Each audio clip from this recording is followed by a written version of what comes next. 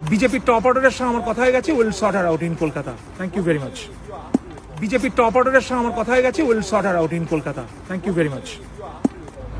আজকে অবভিয়াসলি আমরা একটু গোলমাল করেছিলাম, আমাদের এখানেও ও তৈরি হয়ে এসেছিল।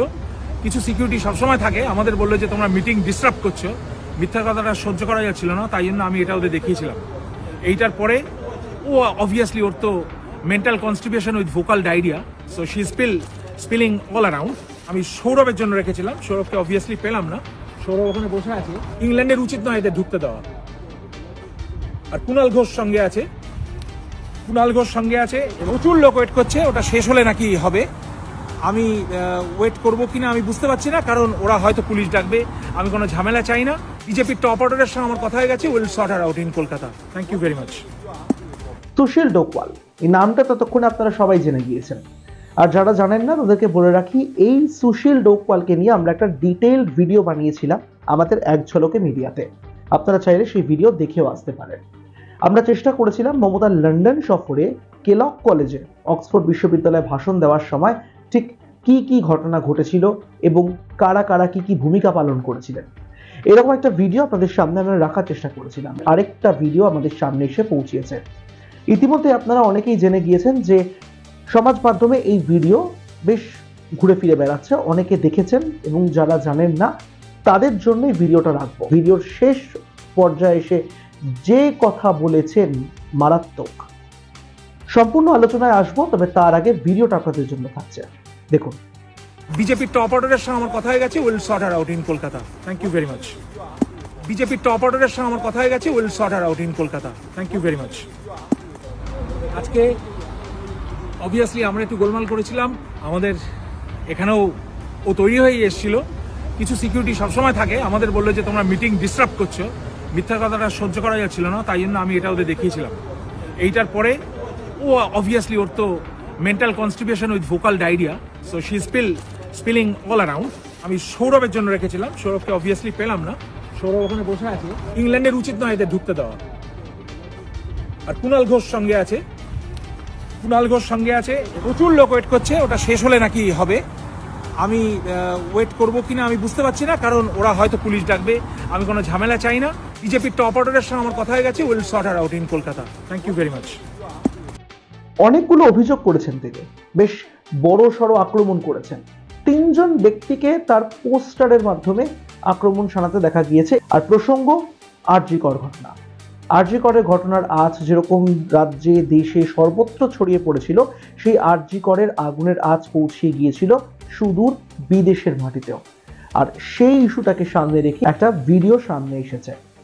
যখন লন্ডনে উপস্থিত রয়েছেন মমতা বন্দ্যোপাধ্যায়, ঠিক সেই হলের অদূরেই একটি ছোট্ট গ্রাউন্ডে একটি ভিডিও বার্তা তুলেছেন, শুট করেছেন, পোস্ট করেছেন।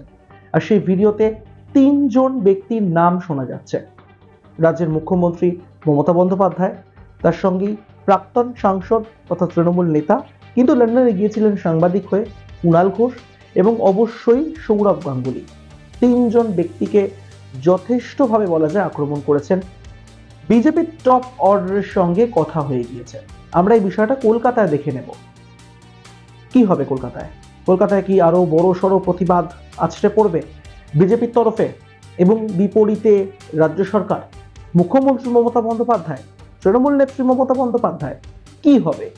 এই প্রশ্নটা তো ঘুরপাক খাচ্ছে, এবং যতদিন না পর্যন্ত আত্মপ্রকাশ ঘটবে এই টপ অর্ডারের সঙ্গে কথাবার্তা হওয়ার পর কলকাতায় বিষয়টিকে দেখে নেওয়া নিয়ে, ততক্ষণ পর্যন্ত এই প্রশ্ন ঘুরপাক খাবে যে ঠিক কি হতে চলেছে।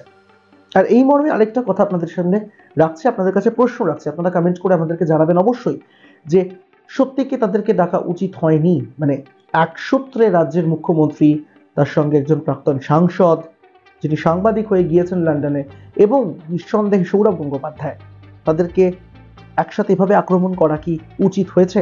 মানে দেশের, রাজ্যের যেভাবেই বলুন রিপ্রেজেন্টেটিভ হয়ে গিয়েছেন মমতা বন্দ্যোপাধ্যায়, এবং সেই হলে সেই দিন বক্তৃতা রাখার সময় যেভাবে তাকে আক্রমণ করা হয়েছে, সেটা কি খুব দেশের সম্মান উঁচু করেছে? দেশের মুখ কি খুব উঁচু হয়েছে সারা বিশ্বের সামনে? আমরা জানি না, আপনারা অবশ্যই কমেন্ট করে জানাবেন আপনাদের মূল্যবান মতামত। আর বিজেপির টপ অর্ডারের সঙ্গে কথা হয়ে যাওয়ার পর আগামী দিনে কলকাতায় কি হতে চলেছে। এসএফআই যে ভূমিকা এই প্রতিবাদের মধ্যে নিয়েছিল সেই ভূমিকাটা অনেকটাই বোধহয় একটু ফিকে হয়ে যেতে পারে। তার কারণ বিজেপি এই নামটা তো সামনে উঠেই আসছে, কারণ তিনি নিজেই বলেছেন যে তিনি বিজেপি টপ অর্ডারের সঙ্গে কথা বলেছেন।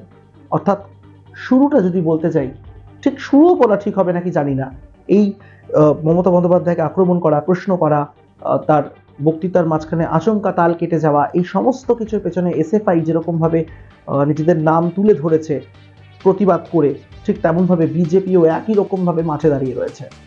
তাহলে কি এদিনের এই ঘটনা বিজেপির মস্তিষ্ক প্রসূত?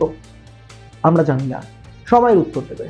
আপনারা অবশ্যই যে প্রশ্নগুলো আপনাদের সামনে রাখলাম আমাদেরকে কমেন্ট করে জানাতে ভুলবেন না। ভিডিও ভালো লেগে থাকলে লাইক করবেন, শেয়ার করবেন বাকিদের সঙ্গে, আর সাবস্ক্রাইব করতে ভুলবেন না আমাদের ইউটিউব চ্যানেল এক ঝলকে মিডিয়া।